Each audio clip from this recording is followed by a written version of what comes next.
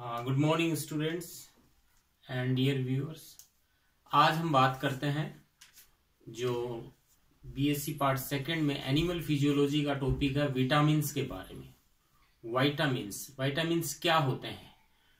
Vitamins एक Latin word है vital और एमीन्स, इससे मिलके बना हुआ है प्लस एमीन्स, यानी वो बेसिक्स, वो केमिकल सब्सटेंस जो जीवन के लिए वाइटल हैं, बहुत ही इंपॉर्टेंट हैं और basically they are made up from amine like substance, so they are known as vitamins. इन दोनों शब्दों से मिलके वाइटामिन्स शब्द की उत्पत्ति हुई है।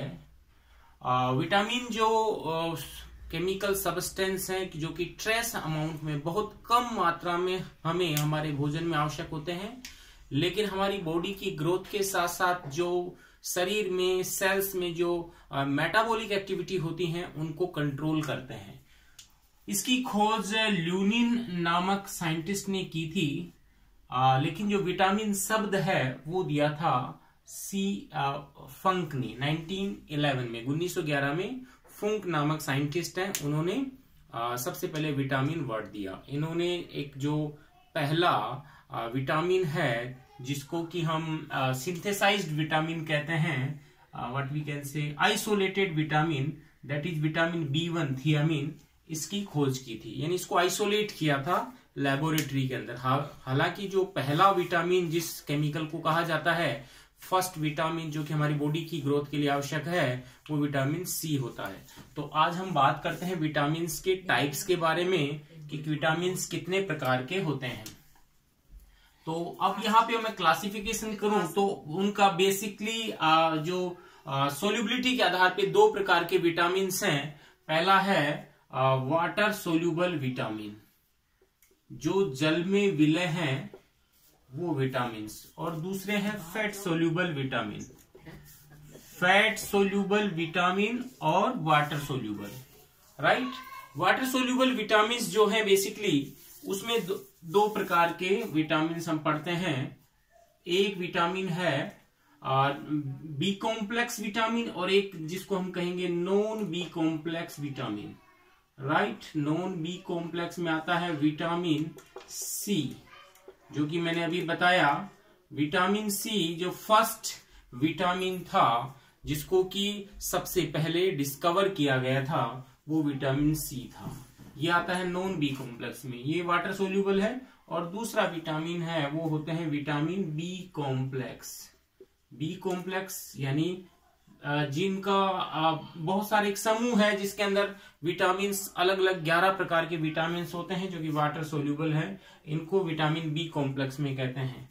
इसको यदि हम फर्दर स्टडी करें इसको, तो इसमें भी हम इसको कह सकते हैं कि इसमें 3 प्रकार के विटामिन होते हैं। पहले होंगे एनर्जी रिलीजिंग विटामिन, दूसरे होंगे हीमेटोपोइटिक विटामिन, और तीसरे में हम अदर्स विटामिन कह सकते हैं बी कॉम्प्लेक्स के, यानी वो बी कॉम्प्लेक्स विटामिन जो कि एनर्जी प्रोडक्शन के लिए जिम्मेदार होते हैं, energy releasing vitamin B complex के।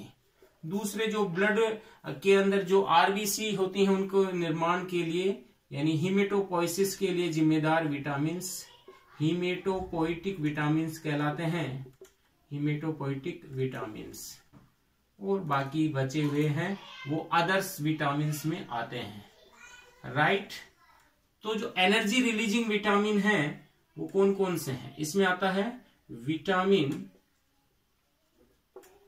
B1, बी कॉम्प्लेक्स का B1 जिसको कहते हैं thiamine. This is the first vitamin which was chemically synthesised और we can say isolated from the laboratory से जिसको आइसोलेट किया गया था। विटामिन B1, विटामिन B2 जो कि राइबोफ्लेविन कहलाता है, राइबोफ्लेविन। विटामिन B1 है, इसे हम एंटी बेरीबेरी विटामिन कहते हैं क्योंकि बेरीबेरी नामक जो डिजीज है उससे हमें बचाता है, राइट। राइबोफ्लेविन है दूसरा विटामिन B2, इसको येलो विटामिन भी कहते हैं। और इसका जो दूसरा नाम है वो है एंटी पेलाग्राविटामिन्स। तीसरा है विटामिन B3 जिसको हम नियासिन कहते हैं। फिर आता है vitamin B5 that is pantothenic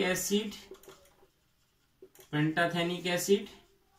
इसे हम ईस्ट फैक्टर विटामिन बी कहते हैं। और इसके अलावा विटामिन B7 जो कि बायोटीन कहलाता है या जिसे विटामिन H कहते हैं।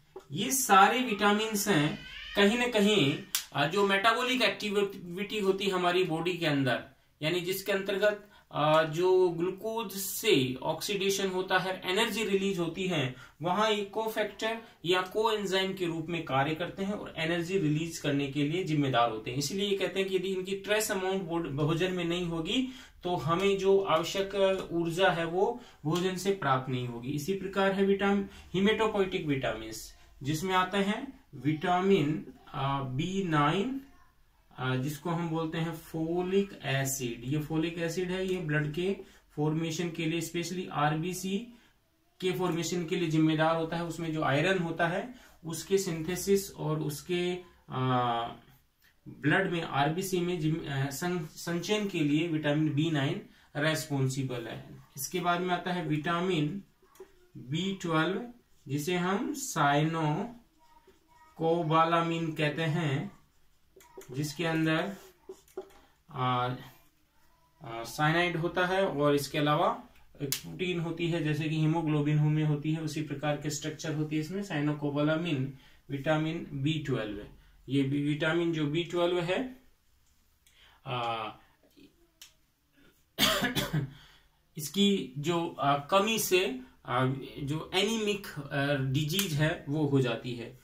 अदर्स में हम कह सकते हैं विटामिन B6 जो होता है जिसको हम पायरिडॉक्सिन कहते हैं, पायरोडॉक्सिन या पायरिडॉक्सिल फोस्फेट। पायरिडॉक्सिन या पायरिडॉक्सिल फोस्फेट ये विटामिन B6 के अंतर्गत आता है।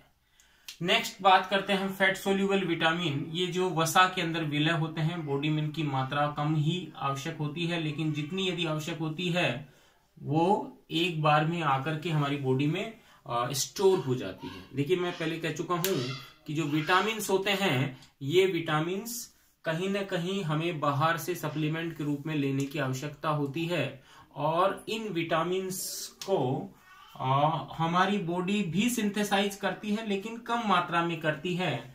तो हमें सप्लीमेंट के रूप में कुछ ट्रेस अमाउंट के रूप में इस विटामिन्स की आवश्यकता होती है। इसमें 4 प्रकार के विटामिन्स होते हैं जिनको हम कहते हैं विटामिन ए। विटामिन ए जो है वो रेटिनोल होता है बेसिकली। रेटिनोल जो कि हमारी आंखों के लिए जिम्मेदार होता है।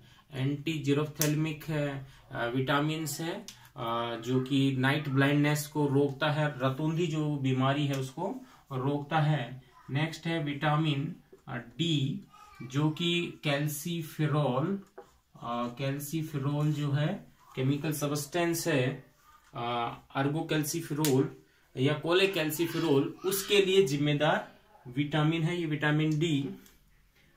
इसे एंटी रिकेट्स विटामिन भी कहते हैं क्योंकि इसकी कमी से रिकेट्स डिजीज हो जाती है। Anti rickets vitamin. नेक्स्ट है विटामिन ई। विटामिन ई जो है वो बहुत ही इंपॉर्टेंट एंटीऑक्सीडेंट विटामिन होता है जिसको हम टेकोफेरोल्स कहते हैं, विटामिन ई। और ये विटामिन जो है ये ब्यूटी विटामिन भी कहलाता है क्योंकि हमारी त्वचा की सुंदरता को बनाए रखता है। और इसे एंटी स्टेरिलिटी विटामिन भी कहते हैं क्योंकि ये प्रजनन क्षमता को बनाए रखता है। ब्यूटी विटामिन और या एंटी स्टेरिलिटी विटामिन। और लास्ट बट नॉट लिस्ट वो है विटामिन के। विटामिन के जो है ये ब्लड क्लोटिंग फैक्टर जो है उसके लिए जिम्मेदार होता है और ये फिलोक्विनोन या मेनाक्विनोन कहलाता है। This is known as phylloquinone and menaquinone. तो ये थे एक आउटलाइन क्लासिफिकेशन विटामिन्स का, जो कि उनकी सोल्युबिलिटी के आधार पे है, जल विलय, वसा विलय, वाटर सोल्यूबल, फैट सोल्यूबल। तो ये 4 विटामिन है, ये है फैट सोल्यूबल, और ये बी कॉम्प्लेक्स और विटामिन सी है, ये वाटर सोल्यूबल। बी कॉम्प्लेक्स में 11 प्रकार के विटामिन होते हैं जो कि अलग अलग प्रकार के फंक्शंस करते हैं। इनको आगे हम डिटेल में 1 बाय 1 इनके क्या उपयोग हैं, इनके डाइटरी सोर्स क्या हैं, इनकी कमी से कौन कौन से डिजीज होते हैं, उसके बारे में डिस्कस करेंगे। आज के लिए इतना ही। Thank you very much.